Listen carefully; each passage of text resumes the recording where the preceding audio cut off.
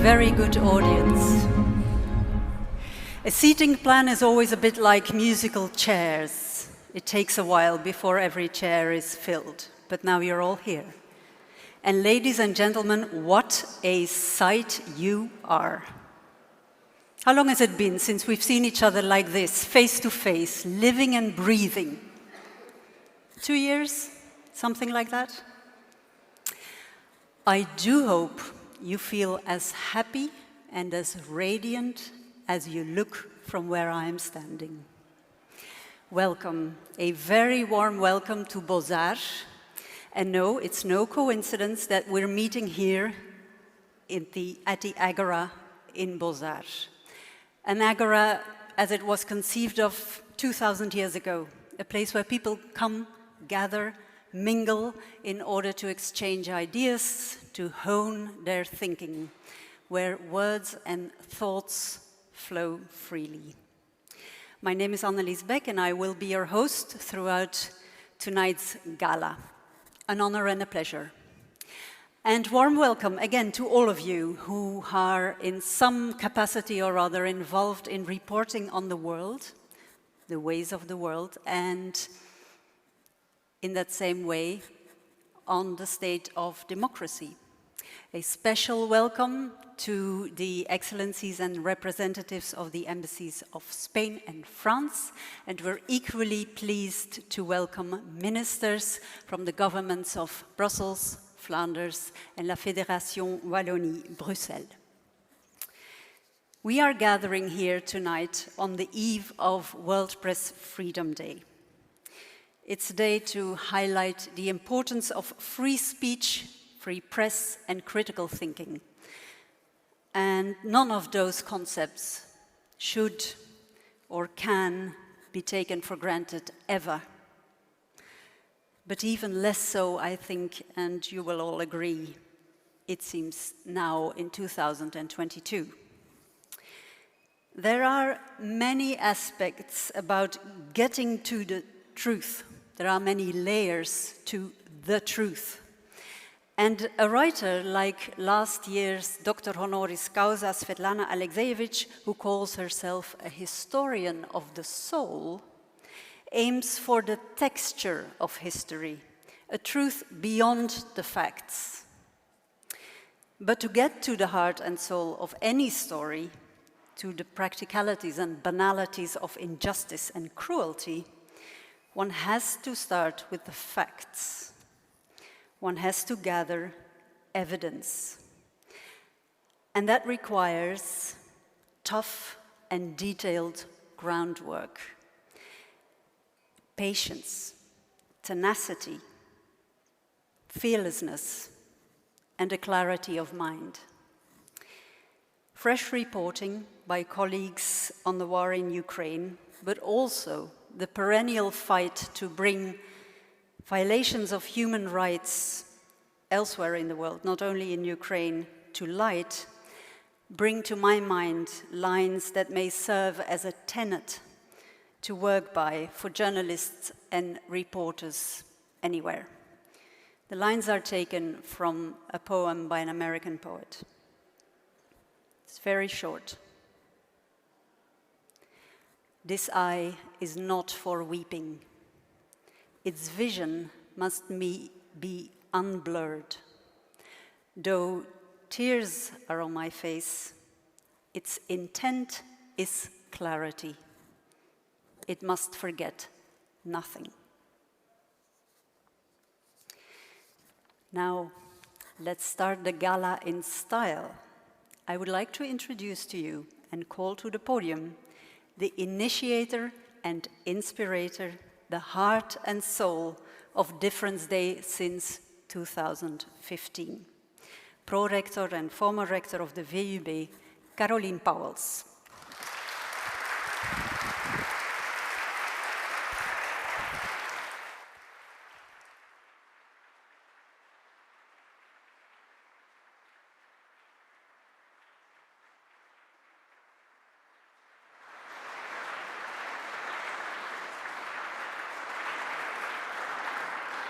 Sorry, I was just checking out on a little movie that we were thought to show.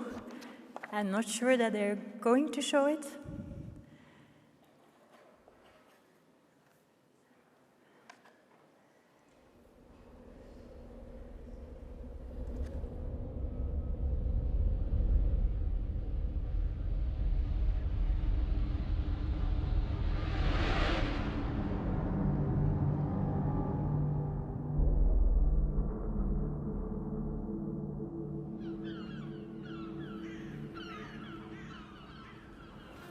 Bonjour. Bonjour. Venez. Merci.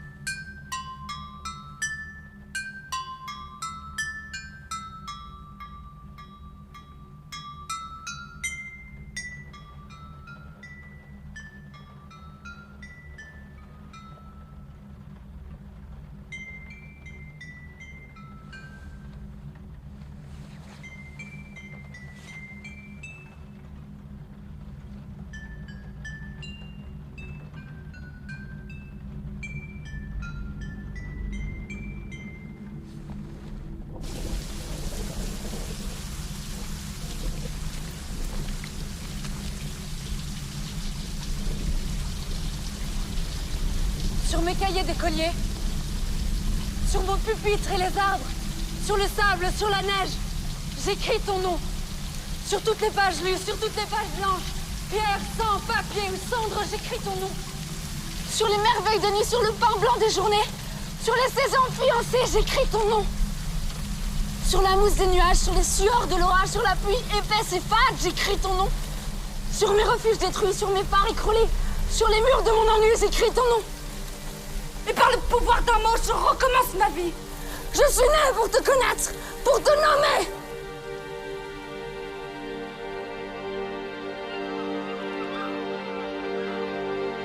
Liberté.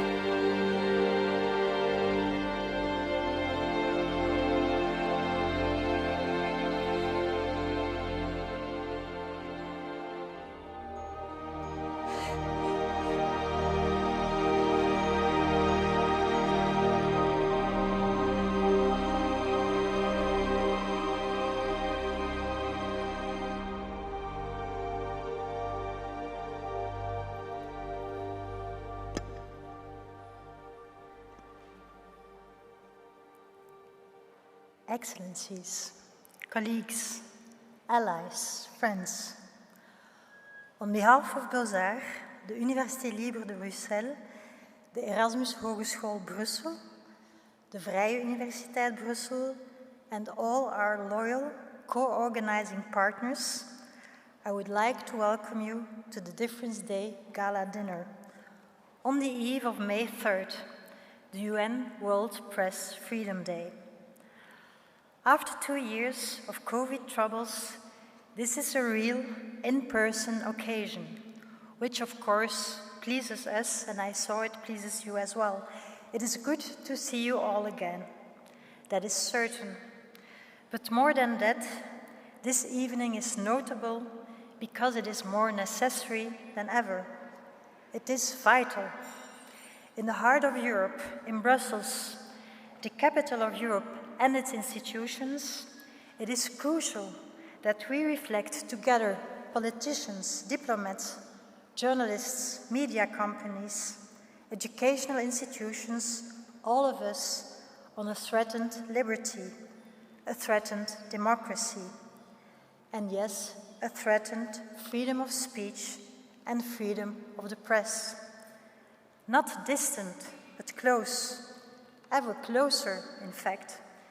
It is a frightening observation, een bedreigde vrijheid van meningsuiting en van pers, steeds dichterbij. Het is beangstigend. En 1942, en France occupée, Paul Éluard écrit le célèbre poème « Liberté, j'écris ton nom », auquel fait également référence le court-métrage de Jakub que vous venez de voir. The poem Freedom, I Write Your Name was originally intended for a woman Paul Éluard loved, but with every verse, and there are 21 of them, with every word he wrote, he knew that he felt only one love, cherished only one dream, freedom.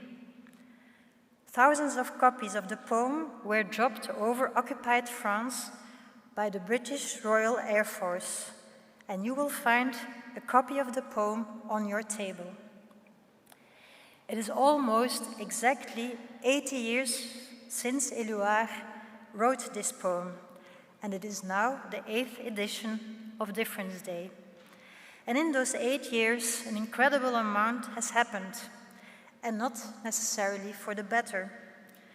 The first edition of Difference Day came, faithfully or not quite so, but yet unplanned, at the same time as the attack on Charlie Hebdo. Then in Malta, an EU member state, journalist Daphne Caruana Galizia, whom we honored, was murdered because she was doing important investigative work on corruption. Around the world, the figures in the World Press Freedom Index are getting worse, year after year. And today, we are going back 80 years, as it were, with a horrific war raging barely 2,000 kilometers from here. Liberté, j'écris ton nom. Het is tijd om die cri du cœur terug te laten resoneren, de volle reikwijdte ervan te beseffen en ons bewust te zijn van het historisch belang van onze verantwoordelijkheid. We all should be aware of the historical importance of our responsibility. For while COVID was experienced by many as an attack on their very individual liberty, there was talk of the greatest restrictions on freedom since the Second World War. This experience becomes banal, trivial, and frankly selfish when we see the pictures of Ukraine today, or those of Russian opponents who are violently silenced, or of Belarusian dissident voices being shut down. Wherever in the world conflict and authoritarianism reign, liberty dies, freedom of expression collapses, truth fades, and propaganda, lies, error, and confusion rule. And precisely at moments like these, certain individuals rise above themselves, and at great risk of their own life and well-being, and that of their loved ones, they throw themselves into a fierce battle for that freedom. You will not blame us for honoring today all those around the world who, in the worst possible circumstances, undertake this mission. But above all, we will think of the situation in Ukraine, Russia, and Belarus. We celebrate two organizations with a Difference Day honorary title, And we would also have awarded 2 honorary doctorates to the Nobel Prize winners, the journalists Maria Ressa and Dmitry Muratov. But Maria Ressa is prevented from attending due to the elections in the Philippines on May the 9th, and Dmitry Muratov is unable to be with us for obvious reasons. We hope that both can be honored with their Doctor Honoris Causa by the ULB and the VUB in September. That would indeed also mean the world looks like a better place by then. At present, this is certainly not the case in Ukraine and Russia. Truth is often the first casualty of war. In Russia, censorship is rampant, with the closing down of the remaining independent media, such as Radio Echo Moskvy or Dost TV. And in fact, this weekend in the Flemish newspaper De Standaard, you read a strong article on the subject by the Belarusian writer Alexander Skorobogatov. The boycott of platforms such as Novaya Gazeta has been known about for some time. Though some regional divisions of Novaya Gazeta still operate in Russia, others have fled to Riga. The independent Russian journalists who want to leave the country in their hundreds cannot get Schengen visas and find themselves stuck in Istanbul or Tbilisi. In Ukraine, journalists are very explicitly targeted, kidnapped, intimidated and mistreated by the Russians, including by the Russian Secret Service. Abuses of all kinds are now being documented by the International Federation of Journalists, the European Federation of Journalists, and the Ukrainian unions. 10 journalists have been killed in the line of duty so far, and this rises to 21 if we include those killed as soldiers or in domestic bombings. There is also government censorship and propaganda in Ukraine. All public and private media were regrouped for that purpose in a new media, United News. So it comes down to providing the 16,000 journalists who are still working in Ukraine, especially in the south and the east, and who do not want to flee at a time when their presence is needed more than ever, with as much equipment and protection as possible, bulletproof vests, helmets, emergency kits, and so on, to allow them simply to do their job. The YFG, the EFG, and the unions have raised about 230,000 euros for that purpose, and have so far helped about 50 journalists in 3 regional solidarity centers in the western Ukraine. Excellencies, colleagues, allies, and friends, when I found a Difference Day 8 years ago with colleagues and friends, I did not expect to have to refer to a war in Europe during one of the subsequent editions. I had perhaps hoped that we, in Europe at least, would be spared such scenes. Reality has proven otherwise. No continent, and in fact no country, is immune to the violence of weapons. In no continent are freedom of speech and freedom of the press assured forever. This observation could lead us to defeatism, but that is the very last thing we can afford. It is up to those of us who live in peace today who can make use of the freedom to speak. Par le pouvoir d'un mot, je recommence ma vie, wrote Éluard in the last verse of his poem. By the power of a word, I start my life all over again. Every day, we must begin again by speaking that word, by acting on that word, to make sure that this word is not lost, that it can be spoken and written here and everywhere, dat het hier en overal kan worden uitgesproken en neergeschreven. Liberté, j'écris ton nom. Dank u, merci, thank you.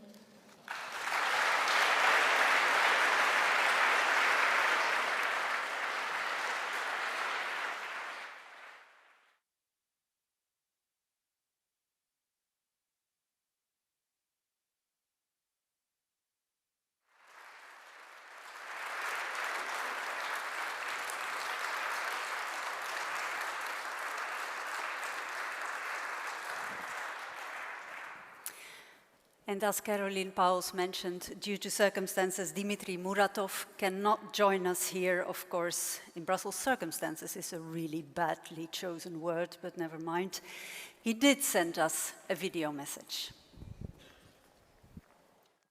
Как получилось впервые в истории человечества, что оно само и жизнь на планете зависит от желания и воли одного человека, президента России, у которого или в кармане пиджака, или в чемоданчике рядом с его столом находится красная ядерная кнопка.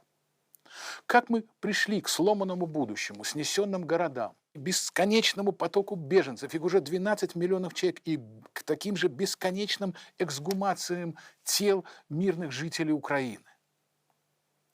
Теперь, кажется, есть вполне определенный ответ на этот очень сложный и трагичный вопрос. Уничтожение независимых от государства медиа, репрессии в отношении политических противников и, главное, тотальная пропаганда. Я свидетель того, как над целым народом, нашим народом в 21 веке был поставлен удачный, успешный эксперимент по облучению пропагандой. В отсутствие свободных медиа пропаганда всегда начинает готовить войну. Пропаганда – это повар войны. Пропаганда и сама есть война. Сначала идет милитаризация национальных праздников. Потом новости заменяются пропагандистскими шоу. Затем появляется тезис, что правда – это то, что нужно и служит интересам государства. Любишь родину – значит, любишь власть. К этому тезису подключается церковь, утверждающая на каждом шагу, что всякая власть от Бога. Одна из вершин этих методик, этих манипуляций – это постоянные сообщения о новых и новых видах оружия, которые приводят в трепет весь мир. Таким образом, народ приучают к войне. Говорят ему о величии, минуя стадию благополучия. И вот теперь пик. Это постепенное привыкание к тому, что ядерное оружие – это, в общем, не так уж и плохо. Можно иногда и подумать о его применении. Боюсь, у нас уже появилось много желающих провести ток-шоу, где победитель получит право нажать красную кнопку. Пропаганда на десятилетия ввела в состояние вражды Россию и Украину. Россию и огромную часть мира. Это трагедия. Но есть еще большая трагедия. Эта война стала фиксироваться гаджетами. Эта война проходит в диджитал формате. Значит, ее никогда не забудут. Значит, всегда теперь до возможного конца человечества поисковики на букву «М» будут выдавать фотографии снесенного с лица земли Мариуполя. Что делать? Что делать, когда испытываешь бессилие? Помогать тем, кому хуже. Беженцам, старикам, детям. 15 мая пройдет аукцион, на котором «Новая газета» и я выставим золотую Нобелевскую медаль премии мира 2021 года для продажи на этом аукционе. Вырученные деньги пойдут беженцам, их детям, в каких бы странах мира они ни оказались. В этом мы просим содействия ЮНИСЕФ. У людей отняли будущее. Нужно помочь им его вернуть. Помочь с прошлым мы уже не сможем. Каждый, кстати, может поучаствовать в этом аукционе. Его проводит аукционный дом Heretski. И можно будет дорогие вам семейные и личные реликвии тоже выставлять и предлагать в качестве лотов на этом аукционе. Еще надо помнить, что нет свободных медиа и будущего тоже нет. Поэтому День свободы прессы теперь это не профессиональный праздник, это не корпоративный день. Это день всего человечества, если оно, конечно, хочет выжить. Спасибо.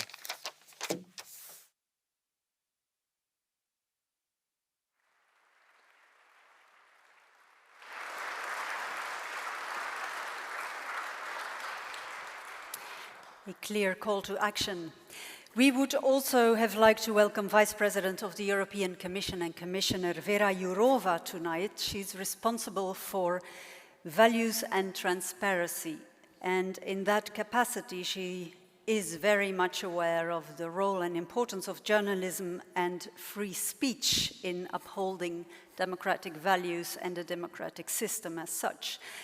Sadly, she couldn't join us tonight, but she too sent a video message. Ladies and gentlemen, today journalists are in the front line in Ukraine to inform us at the risk of their lives. They are our eyes under Russian bombs. They show us what Russia does not want us to see. Our first priority is the safety of journalists. This is why the EU has already dedicated more than 6 million euros for protective equipment, training and also relocation when necessary for journalists in Ukraine. But even in the EU, journalists are at risk for doing their work. This is why we presented last year, for the first time ever, recommendations to member states to improve the safety of journalists. We want to provide journalists facing threats with legal and psychological support and increase their protection online and offline, for instance, during demonstrations. More so, a few days ago, I proposed legislation to protect journalists against abusive lawsuits, the so-called SLAPs. These abusive proceedings are often David against Goliath fights. Those bringing these lawsuits are wealthy and powerful. The targets, usually not so. But they speak in the public interest. They keep power in check, and this is why we need to protect them. And we will go further. We are now preparing the Media Freedom Act. The Act will enshrine for the first time in EU law common standards to protect media pluralism and the editorial independence of the media. Hand in hand with legislation, we are also dedicating more EU funding to support media projects. We have just announced 8 million euros in cross-border journalism partnerships, and more will come. We support innovation and digital transformation, as this is important for the sector to thrive in the long term. And at the same time, we address the too powerful role of online platforms. To sum up, the EU has never done so much to support media freedom and pluralism. And this is what democracies should be doing, now more than ever. Thank you.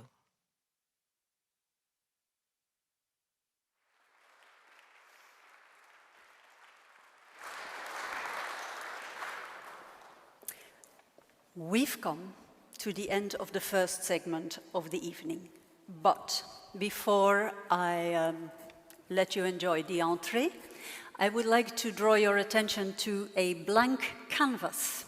You may have noticed it. It's a covered work of art. It's a work of art by Victoria Lomasko.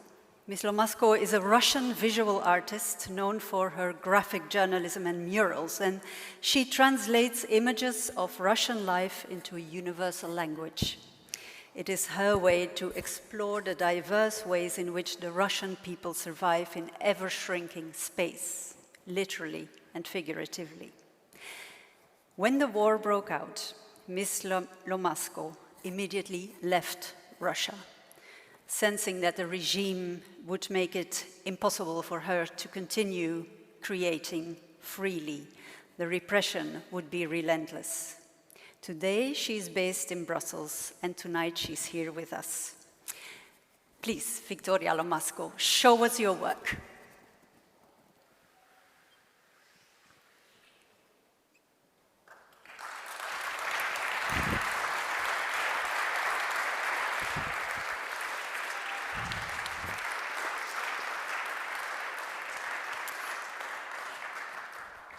I would like to ask you to tell us what we what you want us to see and understand through your work. This mural is named The Changing of Seasons. I depicted here the recent past, the present, and the desirable future. I was gathering the material for this work during 2020-2022. And I felt very gloomy predictions because there were a lot of military signs around me. I fled from Russia in March with my cat, one suitcase, and the most important thing is all images, all characters in my mind. I see my mission as a graphic journalist, as an artist witness, to continue to speak out against Putin regime, and it's for young generation. Thank you. Lomasko.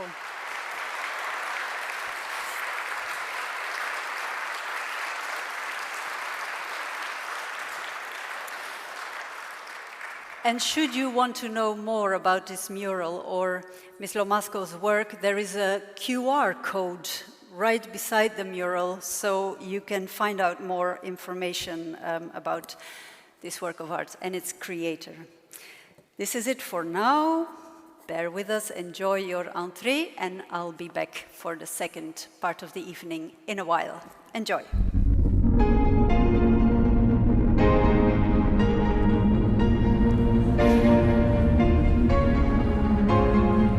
Thank you. I hoped you enjoyed the entrée and that you are ready for more stories from the front line. In a couple of minutes, we'll be hearing from a frontline reporter, but for many journalists around the world, and it has been mentioned before earlier this evening, it is simply impossible or made impossible to do their jobs. They are hampered, threatened, intimidated, jailed, or even murdered doing their work or trying to do their work. Every week, 2 journalists are murdered in the world, more than 2,600 since 1990, according to figures from the International Federation of Journalists. And today, as we speak, more than 350 journalists are imprisoned, including 160 in Turkey alone. And several hundred, many of them women, are harassed and abused on a daily basis. Hundreds of them, journalists, from countries ranging as wide as Congo, Tunisia, Turkey, I mentioned it before, Afghanistan, Syria, Colombia, seek refuge in safer countries like, for example, Belgium at this moment. Engage is an exiled journalists association, support association, and this is how they try to make a difference for their colleagues.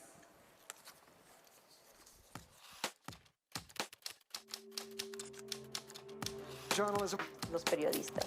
one of the most dangerous jobs in the world. I left Somalia due to systematic persecution against journalists and against me. So fearing for my safety, I had to leave my country and look for safety outside.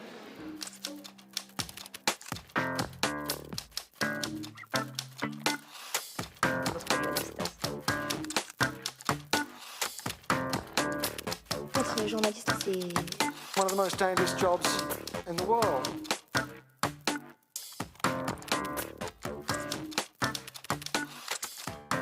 la prensa pueda vivir libre como debe ser.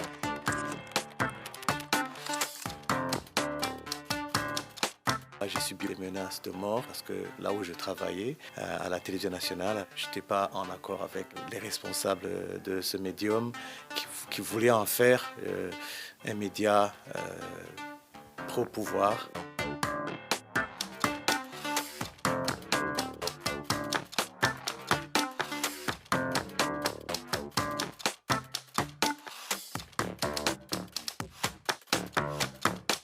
dangerous job. Freedom of the press. Journalism, dangerous job. Libre, libre, libre. Shut down. Dangerous job, dangerous job, dangerous job, dangerous job. Freedom of the press. Journalistes en exil, censure de liberté de la presse. Hemos seguido investigando. You might not want a journalist around. Hemos seguido revelando la corrupción.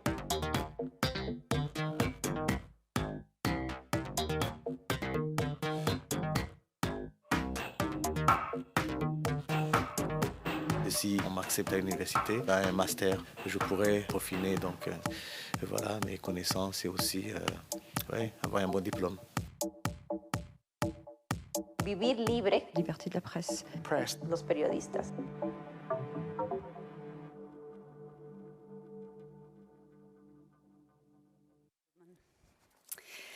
Now, reporting on anything is teamwork. Behind every journalist's face, or more or less famous name, are colleagues who help, enable, facilitate, broadcast, safeguard, publish, nourish, feed and fix, produce and promote his or her work. In short, their work. EBU is the European Broadcast Union, a collaborative network of European public broadcasters. It offers an incredibly wide network, a knowledgeable network of both people and infrastructure all over the world that makes it possible for journalists to get their work to the public and the larger audience. Our next guest is called Bruno Beekman. He works for EBU, usually behind the camera, but since the war in Ukraine, we've all come to know him as the steadfast voice and face, talking us through the knowns and unknowns of the day-to-day situation in and around Kiev and all over Ukraine, basically. So, ladies and gentlemen, please welcome Bruno Beekman.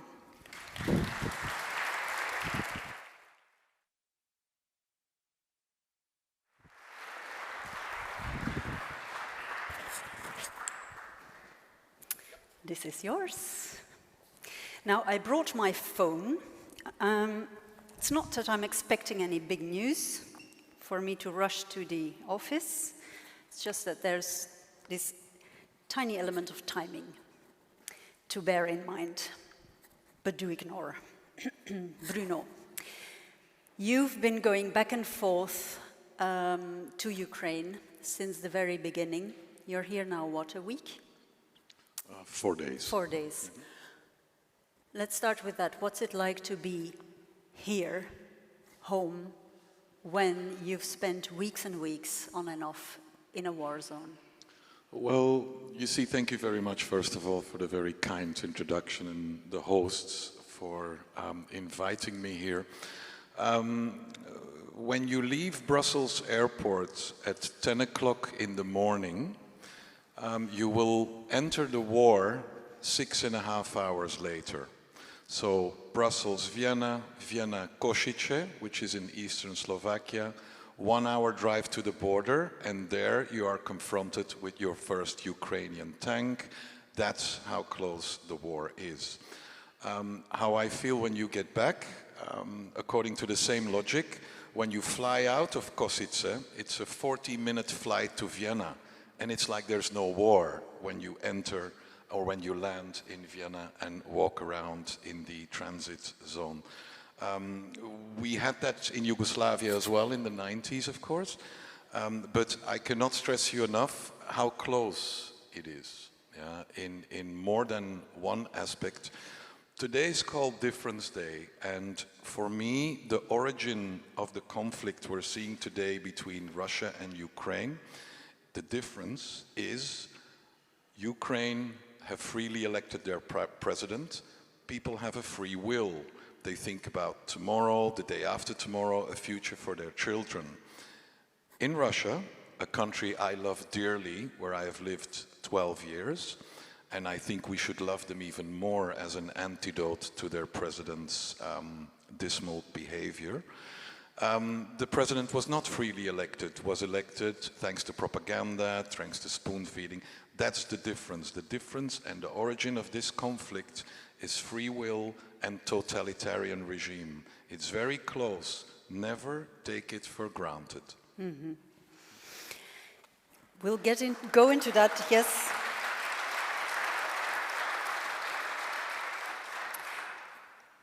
First, let's talk practicalities.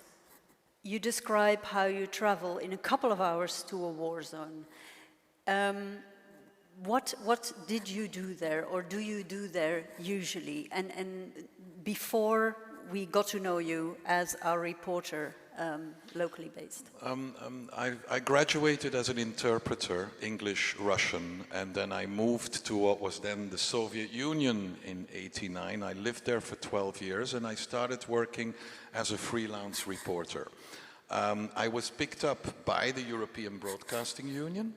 I like to call myself a journalist, no war reporter, because I think that's too limited. But because of circumstances, I was able to cover for the European Broadcasting Union in 1994 the war in Sarajevo, Serbia, Croatia.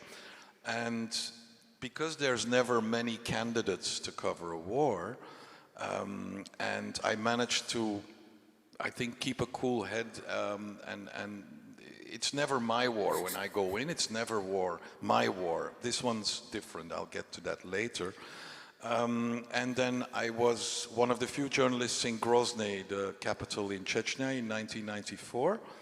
And unfortunately, the past 2 months, I have seen too many similar images and pictures as the ones I've seen then. I've covered also again for the EBU, so what the EBU and EBU news events, the head of who's Emily de Schaatsen is here, by the way. What they do is it's a bit like the Red Cross for video and for EBU public broadcasters. So we used to travel with a satellite dish to any area, an engineer, cameraman, and a producer, which was I. And we tried to respect the freedom to information for every people. Never take sides. So again, for example, in this conflict, yes, we were present in the Ukraine, in both Kiev and Lviv, very early on. And we also have an office in Moscow, where we also defend the free right of information. It's a basic right. Unfortunately, in the Ukraine, we were able to work freely. In Russia, we're not, because right before or the first week of the war, the Russian State Duma voted on a law that allows them to imprison any person, journalist, no journalist, anybody who spreads fake news. Now, it was very cynical to see that after voting that law, those lawmakers engaged in spreading fake news 24/7. So if they would respect their own laws, they should all be behind bars until 2037. But that hasn't happened. But yeah, to come back, so as a freelance reporter, supporting EBU's activities towards its public services in military conflicts, but not only in military conflicts. You say it's never my war. What draws you to a war, and how can you say it's never my war? How can you persist in that idea if you see what's happening around you? The Russian writer Lev Tolstoy, and I often quote him, he said that happiness is similar. When people are happy, they have a broad smile. It's similar. Unhappiness is individual. Every person's story deserves to be told so that it reaches a fantastic audience like yourselves. I've always respected your intelligence. You are intelligent enough to make up your own opinion, and that is our job, to just tell that story, also out of respect for the people who were in the wrong time at the wrong place and just died without being able to tell that story. So yes, we will keep on digging so that that person's story can be told. It's not my war because you never try to take sides because it dilutes your objectivity. However, in this case, and I've said it before, it does concern us, and it is our war. Because if you think, everybody who has children, that you have to give those sons into the army one day, I'm sure that wasn't part of your plan in 2022 with your children. But in that respect, the battle between free will and authoritarianism, totalitarian regimes, it is probably the first war that I can call, yeah, it's my war too. Yeah. So knowing what you know, you wouldn't exclude the fact that it gets to that point. That people here would need to take a stance as well. Absolutely. Actively. I mean, you see this very much because there are many politicians and politicians of the European Union here as well. When you go to frail democracies that used to be part of the Soviet Union, for example, Slovakia, Hungary, where the public opinion is often 40%, 50%, it's balanced.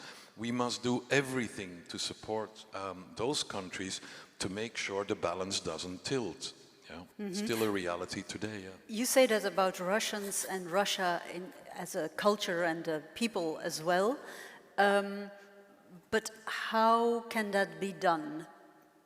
How should we reach out to Russians and connect? Is it still possible at all? You have friends there, you've lived there for years and years.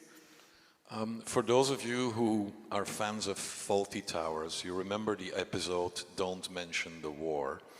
When I speak to my friends in Russia, in Moscow, I do not talk about the war. I had witness accounts from friends who called me and told me that they had lost half of their friends because they were opposed against the war. And they lost half of their friends in 1 week. We must not forget, when dealing with the Russian population and the way it's being fed by propaganda, you're dealing with a sect. It's a sect, and you must be very careful when approaching a sect, because don't say anything wrong, say it really slowly. But one way or another, we try to just get part of our information to them, but it's very difficult. One of the stories that really broke my heart, I have kids as well, was in Kiev when at the end of February, beginning of March, when the troops were very close and when we had air sirens all the time and you had basically 1.5 minutes to run for shelter because the troops were so close and the rockets were being fired from very nearby. I'm a smoker, apologize. But I was having a cigarette with the hotel's housekeeping lady, Lyudmila, and she was complaining, and she said, my son is living in Russia. We should never forget 30% of Ukrainian people are Russian, full bloods. It's a Soviet heritage. And so she was complaining, I can't talk to my son. He lives in Vladivostok, in the east, 8,000 kilometers away, because as soon as I call from my Ukrainian number, the line gets cut. Now, I have an IP Swiss EBU number on my phone, so I said, why not call him from my phone? It cannot be traced. So they speak, they manage to hold on, and her son, who is 28, did not believe his mother, who was telling what was happening from a Kiev point of view, and he was replying, no, Mom, don't worry, we'll come and liberate you very soon. We know you like a drink, so allow me not to believe you. I ask everybody here, with children, what it would do to you if your own son or daughter would refuse to believe his or her mother. That is what propaganda can do to you. This war is not only a war on the battlefield, this war is breaking up families, loved ones, even as close as sons and mothers and fathers, daughters and mothers and fathers. It cuts very deeply in all ways, yeah. Mm-hmm. You mentioned that EBU at one point was under stress and couldn't continue working in Moscow. What's the situation now, and what other ways does EBU have to actually support good journalism? when this conflict started, EBU News, I was working for, dispatched 2 teams, one to Lviv, one to Kiev, which was my team. But from day one, the EBU had a daily contact with the Ukrainian public broadcaster, PBC, to just find out with the news department, international relations, technical department, to find out what they needed in order to be able to keep on broadcasting. That changed every day. After every Russian bombing, we got emails saying, oh, we need 2 more of this, we need 2 more transmitters, we need this, we need that. Practical stuff, material. Practical. And the EBU Technology Equipment. and Innovation team, very importantly, they then managed to get this much needed equipment, which was satellite IP connectivity equipment, Starlink, Elon Musk. We delivered Starlinks to Ukrainian public broadcaster. We delivered broadcast equipment, studio equipment. EBU Radio also made sure that signal was transmitted on shortwave, medium wave, via streaming devices of EBU members. And that basically meant that Ukrainian public broadcaster could keep on informing their own people, that they could keep on broadcasting within the country. Also what EBU did was provide a lot of content through its members. Then we arranged... Into Russia as well, somehow? Are there bypasses? Into Russia as well. In Russia, people are still able to check alternative news via VPNs, via VPN networks. They can still do it. The problem is, if your neighbor will hear it's too loud that you're listening to an opposition TV station, you're in trouble. And I'm not the one to judge how I would react. So and I'm full of admiration for our people in Moscow who still keep on working. But of course, they have to check everything 4 to 5 times before they air it. You know? And a story I would like to tell, it's a short one, is 3 weeks ago, I went to the village of Zirka. And the village of Zirka is 5 kilometers from the Belarus border, so it's in the north. And it was the first village where the first rocket fell on the 24th of February of this year when the invasion began. And it was the last village to receive humanitarian aid. So I accompanied volunteers to deliver the humanitarian aid. And the story was incredible. It goes as follows. So the first rockets that fell, they thought it was a storm. So they went out to collect the animals. Small village, we're talking 75 people, average age 72 years old. So they go and collect the animals, but they understood it was not a storm when helicopters started flying low overhead to just scare them. 1 day later, they lost electricity, water, and power. And 2 days later, the Russian troops entered. They've been hiding for 35 days, bombs falling around them all the time, and they never knew what was going on. 35 days in a cellar, you hear explosions, you hear bombings, but what is this? A world war? Is this only in the Ukraine? What's happening in Paris? What's happening in London? In Brussels? That's how people were stuck, completely stuck from everything for 35 days, and I've heard this countless times. So there, and I come again to the EBU, this is where the Technology and Innovation Department made such a difference by being able that the information was still getting through to most people within the Ukraine, and that's something to be very proud of course, yeah. The situation we're in now, this development that I think hardly anyone foresaw, the war in Ukraine now is very acute, of course, but journalists have been under siege, if I may use that word, for much longer and in a number of ways. Is that how you experience it as well? If you look back, COVID, Afghanistan, the whole crisis there, what do you think is the gravest threat to journalism? Propaganda.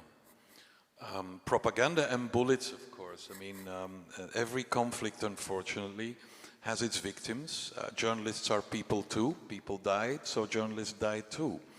And when Brent Renaud was killed on the 11th of March, I believe, 50-year-old American documentary maker.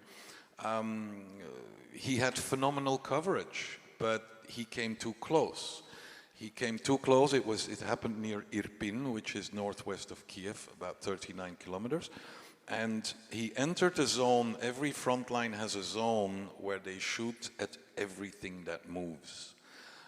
Later, 18 journalists have already been killed in the Ukraine. We can safely say it doesn't make any difference for the attacking troops whether you have press written somewhere or whether you identify yourself as a journalist. You're a target, like any other target in this war. You mentioned the technological advantages and advances that help get information to people. But is it fair to say that for the same token, it can be used against journalists? Everyone has a phone, everyone can air any story they like.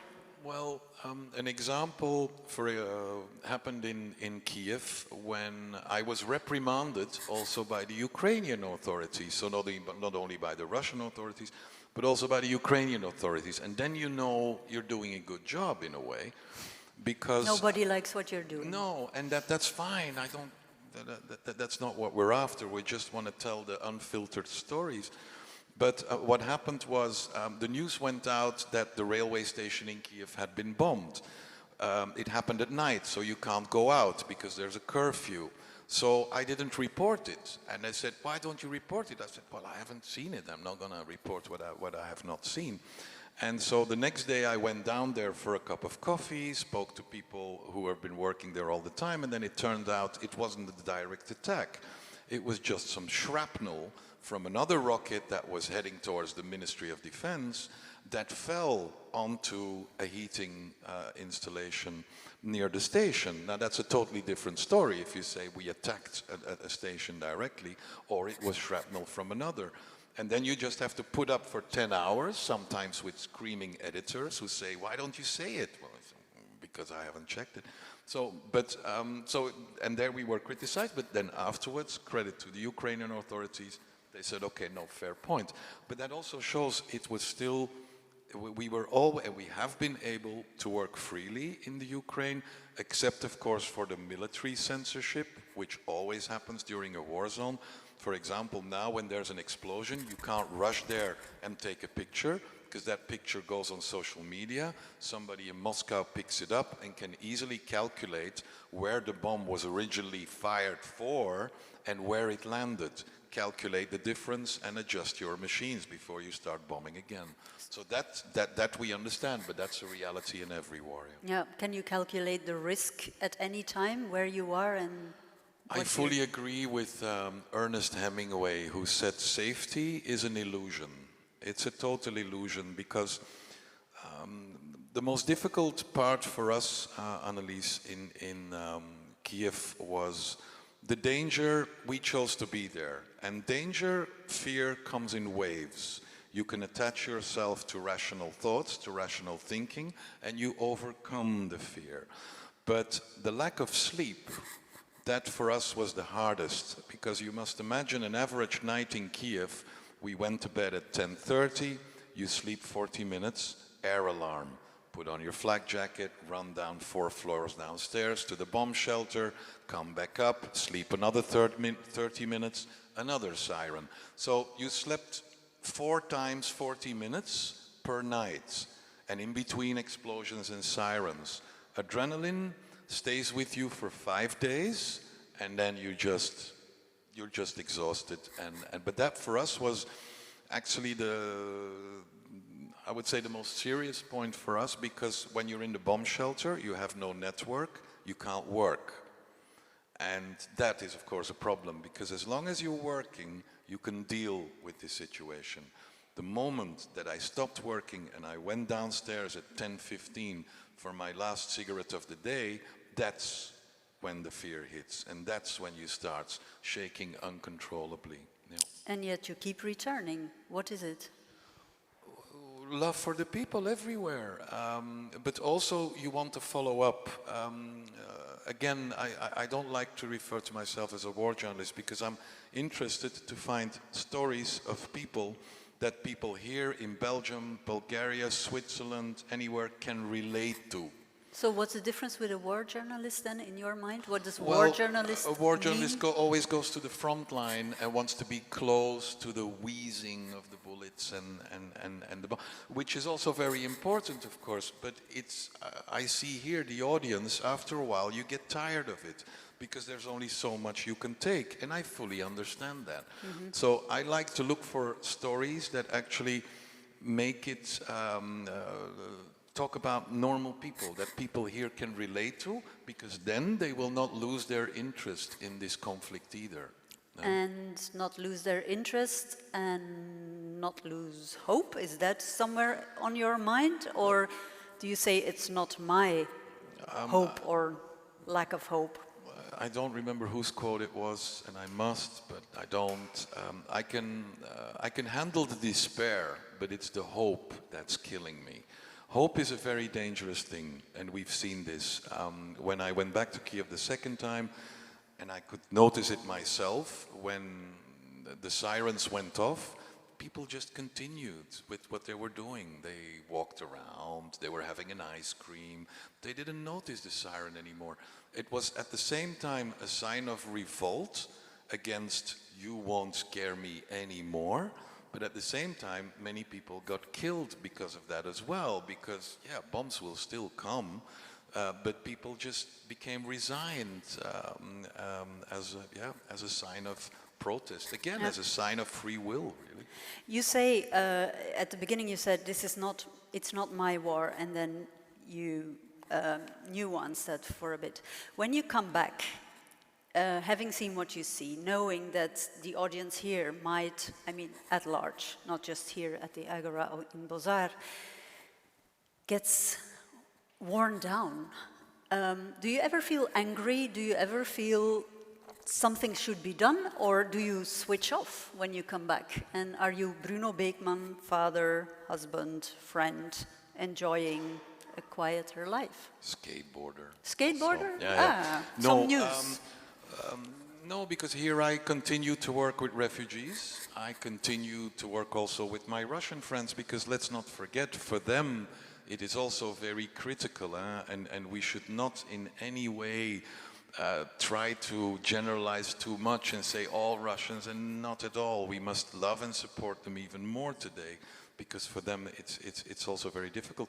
I continue working with refugees here as an interpreter, as a storyteller, because people know I've been there, I've done the trip, and as soon as this is over, I can really advise everybody to go on a holiday in the Ukraine, because it's one of the most beautiful countries you've ever seen, with wonderful people.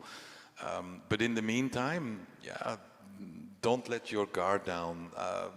Don't take a break from the story. Keep on following the story, because it is about us. It's really also about us. Yeah.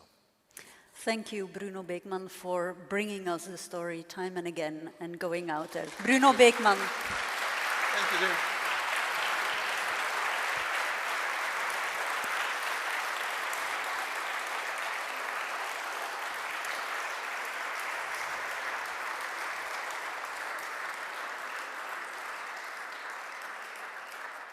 I can feel that applause go out not only to Bruno Beekman, but to all journalists out there in war zones, and specifically tonight in Ukraine. There's a lot more that Bruno could have talked about, or stories he could have shared. He'll be with us all evening, so and he's open to anyone wanting to ask a question or chat with him. Do feel free to walk around, address him during the main course in a minute, or later during the dessert, because there's been said a lot to ponder, food for thought, as they say. But it's time for more literal food.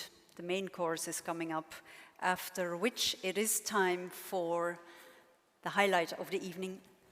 Even more of a highlight, it's hardly imaginable, but yes, and that's the main ceremony of the evening, the award ceremony for the Difference Day honorary title.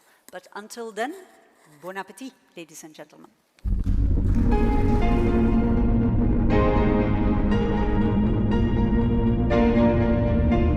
Before award ceremony will remind you of whom went before. And the list of recipients of the honorary doctorates and of the Difference Day honorary titles since 2015 reads like a short recent history of the fight for free speech, transparency and justice all over the world. A fight fought with words, in stories and silences. Let's remind ourselves of who they are.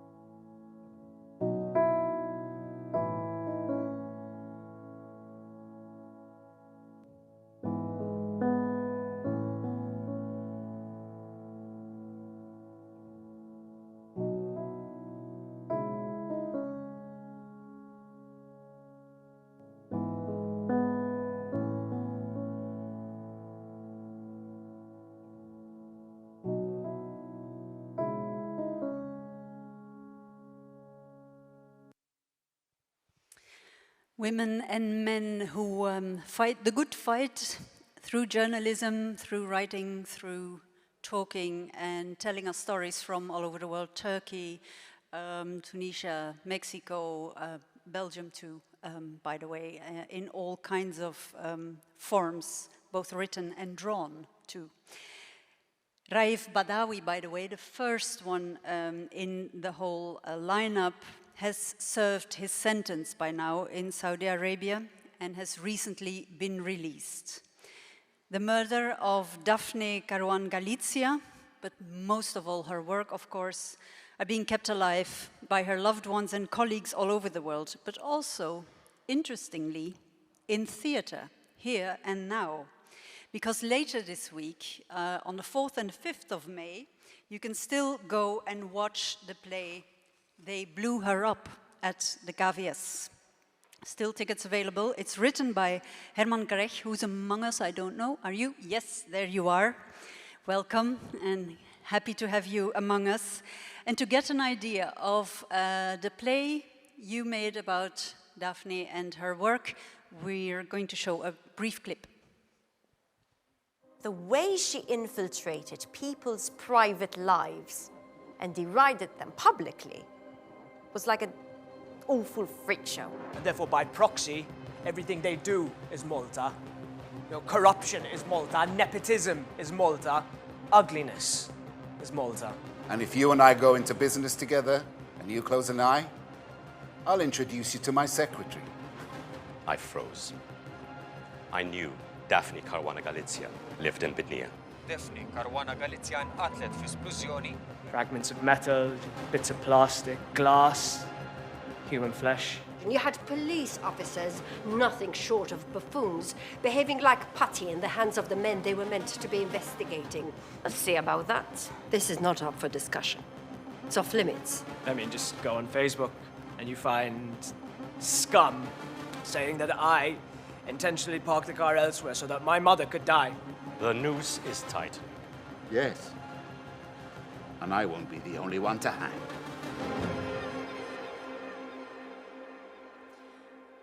The bravery of a journalist in Malta as the inspiration for this theatre play, They Blew Her Up at the KVS, 4th and 5th of May.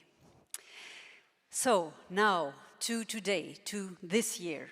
To honor this year's laureates, I would like to invite Rector ad interim Jan Dankaert of the VUB and Anne Weijenbergen, Vice Rector of the ULB, to come to the stage.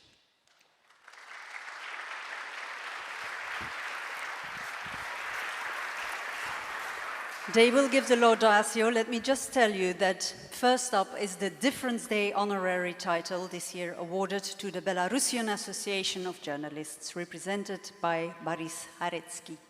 Belarusians and Belarusian journalists in particular are under relentless pressure and constant threat from the authorities, from the president's regime. Only last week, the Belarusian Association of Journalists was awarded the UNESCO Guillermo Cano World Press Freedom Prize in an acknowledgement of their courage. So please, Ms. Weyenbergen, do tell us why ULB and VUB singled out BAJ for this honor. Thank you, Annelies. Ladies and gentlemen, dear friends of Difference Day, every year, on the occasion of Difference Day and World Press Freedom Day, our two universities, VUB and ULB, are awarding the honorary title for freedom of expression. Every year, we award extraordinary, inspiring, and courageous contributions by journalists, writers, or organizations to the freedom of thinking, the freedom of expression, and the freedom of the press. This year, we are awarding two titles. The first one goes to an organization that for more than 26 years has been serving journalists and media, fighting for their rights, holding solidarity campaigns, and providing legal support. Where? In Belarus. The organization we are awarding this evening is the Belarusian Association of Journalists. For more than 26 years, the association has been defending the rights of Belarusian journalists and independent media, threatened and persecuted by the regime of Alexander Lukashenko. The Belarusian Association for Journalists is one of the most important NGOs in Belarus. It was founded in 1995, 1 year after Alexander Lukashenko came to power. It is an independent association of media workers fighting for freedom of speech and independent journalism in Belarus. And of course, this is not an obvious struggle. I would like to refer to the honorary doctorate both our universities awarded last year to Svetlana Alexievich, the Belarusian journalist, historian, and writer, who was previously awarded the Nobel Prize for Literature. Svetlana Alexievich left Belarus in 2020 and lives now in Germany.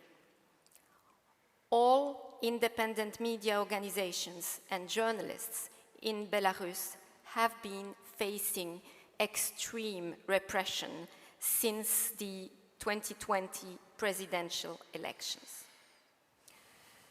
The Belarusian Association of Journalists documented more than 500 arrests and dozens of criminal cases and prison sentences against reporters, editors, and media managers.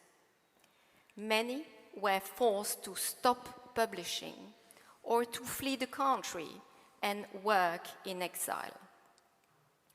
The Belarusian authorities also launched a repressive campaign against our laureates.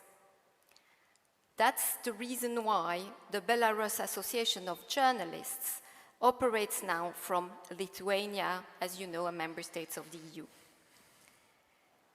The association's strong belief in the freedom of the press and the freedom of expression, and their strong belief in independent, fact-based journalism reflects everything Difference Day stands for.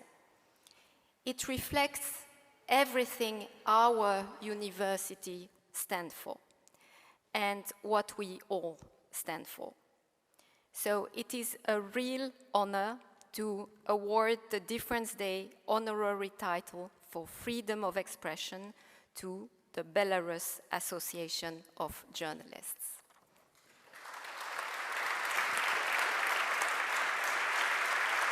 And may I ask Barys Heretski to join us on stage.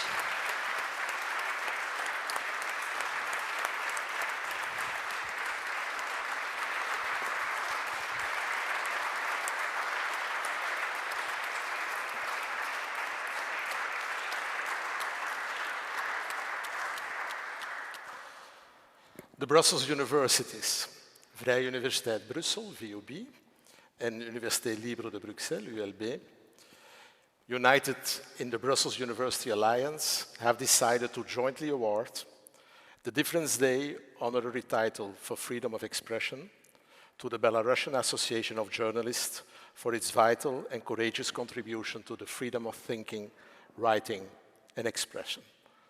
Brussels, 2 and 3 May 2022. Congratulations and success for the future in your country.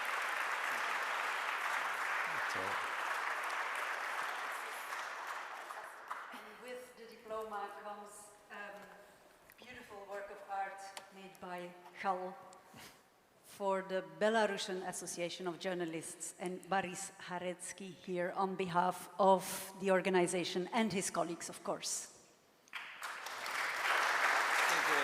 I will take it for you. Yeah. Mr. Heretski, the floor is yours. 1, 2. Dear colleagues, dear friends, I apologize in advance for my English.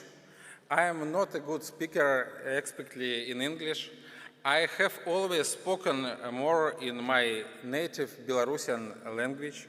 In Ukrainian, so as before the start of the war, I lived in Kiev. Now our office has been forced to move to Lithuania, so I am also learning Lithuanian. The Belarusian Association of Journalists was organized in 2025 as a reaction to the repression against journalists after Lukashenko came to power. Now our small organization already has more than 1,300 people. Protection of journalists and media, protection of freedom of expression, promotion the spread of truthful information are the main tasks of our association.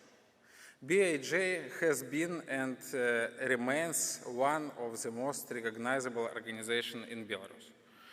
Its activities have been noted by many international organizations, including the European Parliament Sakharov Prize for Freedom in 2004. However, in August 2021, after several searches in the BAJ office and the apartments of its employees, interrogation of its leaders, the court in Belarus deprived our organization of its official registration. Over the past 2 years, we recorded about 1,000 cases of arbitrary detentions, beatings, arrests, fines, and criminal prosecution of journalists in Belarus. There are 24 of our colleagues behind bars right now. Now, a new criminal case against TV journalist Katerina Andreeva has been submitted to the court. Katerina Andreeva has already spent 1.5 years in prison for the reporting of a protest in Minsk. She was going to be released this summer, but now on a new charge, she faces up to 15 years in prison. Katerina and 2 other colleagues are accused of the state treason. Many journalists and BIJ employees were forced to leave their country under threat of reprisal. Some have had to this twice and even thrice after the Russian attack on Ukraine, where they first moved. However, they continue their work, as Belarusian Association of Journalists continues its work. For us, BIJ is not an entry in the register of legal entities maintained by the Ministry of Justice in Belarus. BIJ is a community of professionals united by the realization of their mission to convey truthful information to society and expand the space of freedom of speech in the country. We regard this award as a support for the independent journalistic community of Belarus. We hope that this will be able to draw attention to the deterioration of the situation with media freedom in the country.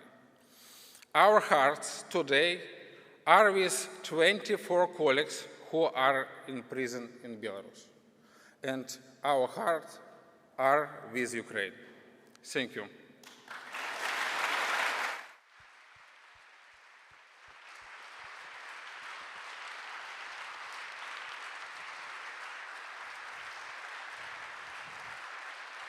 Barys Heretski from the Belarusian Association of Journalists. Now we come to the Difference Day honorary title for freedom of expression. And both rectors ad interim and vice rector of ULB, respectively VUB, ULB, are here to talk about the recipient called The Fix. Mr. Dankert, the floor is yours. Excellencies, dear friends of different days and of the World Press Freedom Day. Our two universities, ULB and VUB, are awarding the second honorary title for freedom of expression this evening to another organization, another courageous team. The Fix is an international organization by and for journalists. Its aim is to look for solutions to the business, technological and organizational problems of the media industry. They literally fix problems. The Fix has deep roots in Ukraine. Several contributors and team members are Ukrainians. One of the co-founders, Jakub Parusinski, who's here with us this evening, is the former CEO of the Kiev Posts. At the beginning of the Russian invasion, of Russia's aggressive and brutal war against Ukraine and its people, the Fix immediately mobilized all possible resources, with only one goal: to support their colleagues in the Ukrainian media. The Fix can count on a coalition of organizations and media NGOs, and on the support of a wide range of publishers. According to the Fix, their financial support is allocated in the first place on the basis of urgency of the needs, and then it is distributed proportionally. The Fix is in contact with a network of 100 publications throughout Ukraine. In war situations, and I quote Jakub Parusinski, in war situations, crucial decisions have to be made within hours, sometimes minutes. The money is going out as fast as it is coming in. So far, the Fix has been able to raise several million euros, more and more every day, for general support of Ukraine's media sector, and also more specific for the Kiev Independent, Ukraine's English language media outlet. The Fix works closely together with the Kiev Independent. The strong belief of the Fix and its team in the freedom of press and the freedom of expression, and their strong belief in independent, fact-based journalism reflects everything Difference Day and our university communities and all of us here stand for. It is a real honor to award Difference Day honorary title for the freedom of expression to the Fix.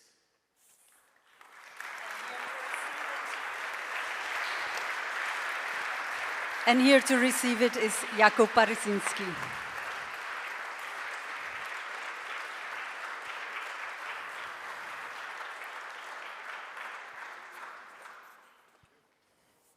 Brussels University's Vrije Universiteit Brussel and Université Libre de Bruxelles, united in the Brussels University Alliance, have decided to jointly award the Difference Day honorary title for freedom of expression to the Fix for its vital and courageous contribution to the freedom of thinking, writing, and expression.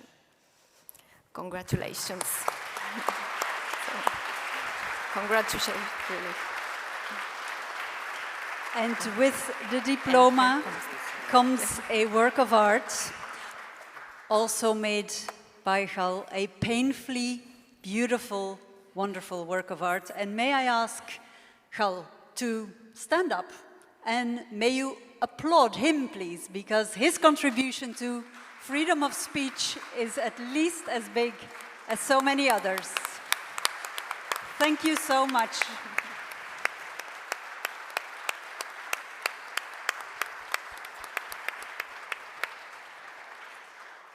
And again, Jakub Parusinski, congratulations. The floor is yours.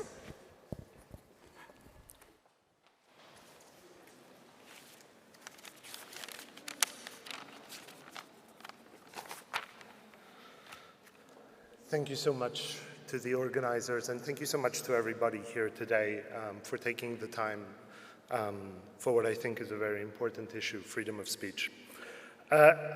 It's to think the Fix is less than 3 years old. It was just founded as a startup and a couple of years ago, and you know, back in January, I could not imagine that we would be doing the work that we are doing today. We were looking forward to very different things. I had just started the role helping launch a startup called the Kyiv Independent. Perhaps you have heard of it if you have been following the news from Ukraine, as well as launching various projects with the Fix. But you know, war is greedy. Like Bruno said, it takes your time, it takes your sleep, it takes your identity, and it forces you to just focus on the problems ahead. Usually not all of the problems, they are too big. They can overwhelm you. You just solve what you can. And I'm proud of the whole team of the Fix, as well as the Media Development Foundation, Genomics, Are We Europe, the Kyiv Independent, and all of our other partners and colleagues who have joined efforts to support our colleagues in Ukraine. I have an admission, I'm not actually Ukrainian, but I have spent quite some time there. I am Polish. It's not quite as cool these days, but still not bad. But I would like to share a personal story that I think speaks to the significance of Ukrainian media. So I first came to Ukraine in 2009 in the middle of the financial crisis, and with all my love for the country, it was a mess.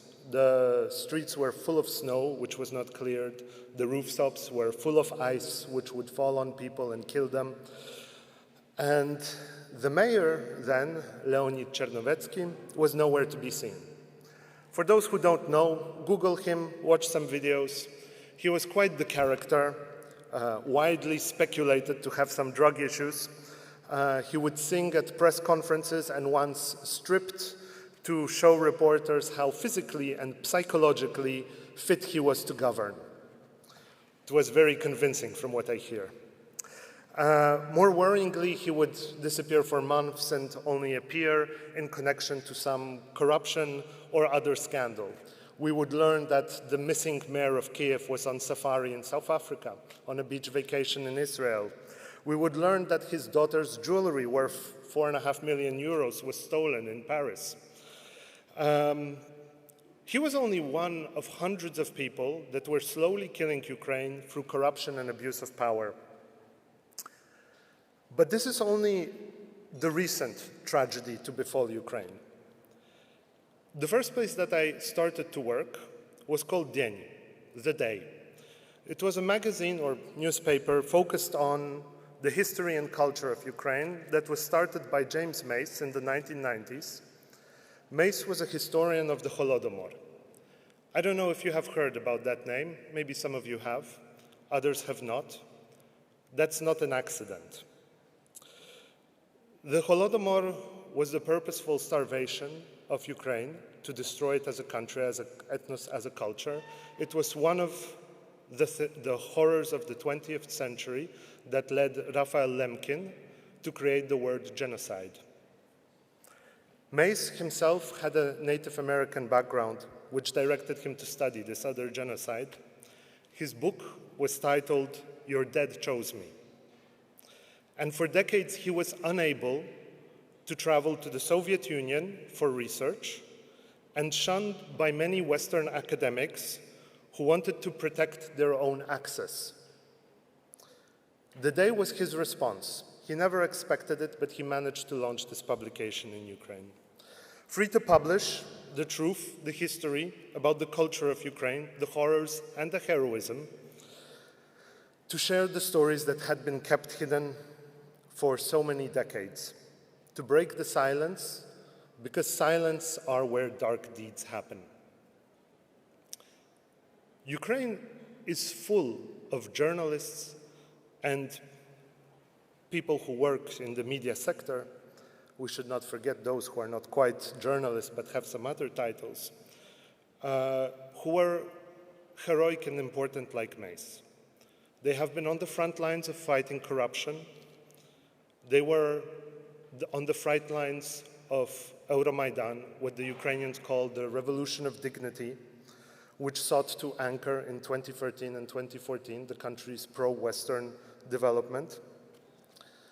And for decades now, Ukrainian journalists have been writing, filming, photographing, protesting, and dying for a better Ukraine and for a better world. It's no accident that Belarus and Russia, two countries with amongst the world's most repressive press freedom regimes, attacked a country where press played such a vibrant role and which was so innate to how it was developing. As was previously said, one leader has been elected, another has not, two others had not. But make no mistake, this fight is global. Ukraine's problems do not stay in Ukraine. Russia's problems do not stay in Russia. The same goes for Belarus, for Afghanistan, Eritrea, and the Philippines. Before he was famous as Trump's campaign manager, Paul Manafort was famous in Ukraine because he managed to get Viktor Yanukovych, who had been ousted by revolution, back into power. The many techniques of misinformation, election manipulation, of manipulating society and destroying hope, destroying belief that you can build something better, before they were tested in Western democracies, they were tested in Ukraine and its neighbors. This was a testing ground for many years. Misinformation spreads from one country to the other. Like climate change and wildfires, it does not regard national borders. We've started to effectively combat it in the West, but it is running rampant in many emerging markets, especially in places where tech giants do not have the people with linguistic capabilities to deal with them. In many cases, it's as simple as that. The sad truth is that we will always, in many ways, be on the defensive, because the way of the world is that the aggressor moves forward the science first. But being on the defensive does not mean being passive or reactive. On the contrary. Many people will say that we need to increase support for media globally, and I agree. But it's not just about volume and scale. It's about being smarter, more creative, always ready to react. And to look at the impact of changing the way that we do it, just look at the current war in Ukraine.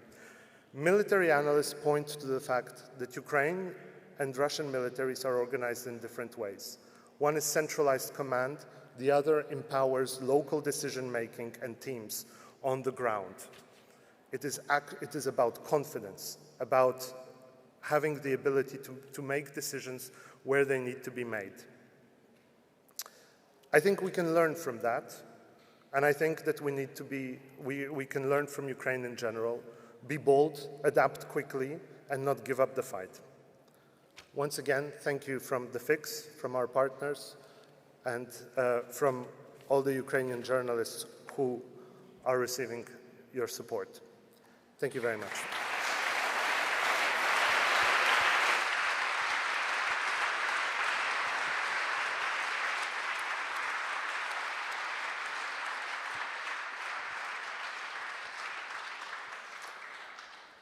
Thank you very much for those encouraging words.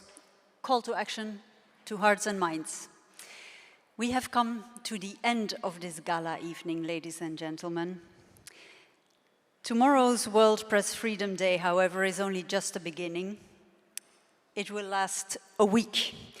And I would encourage you to take a look at the website differenceday.com, where you will find all the information about debates, place, as I mentioned before, speeches and workshops taking place in the next few days about press freedom, freedom of speech, and critical thinking.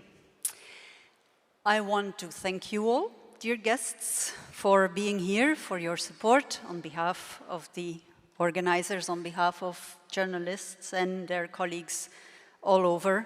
On behalf of the organization, also thank you to the sponsors. You probably spotted some of their names and logos on the screens. For now, do remember that Bruno is still here, ready to talk to you.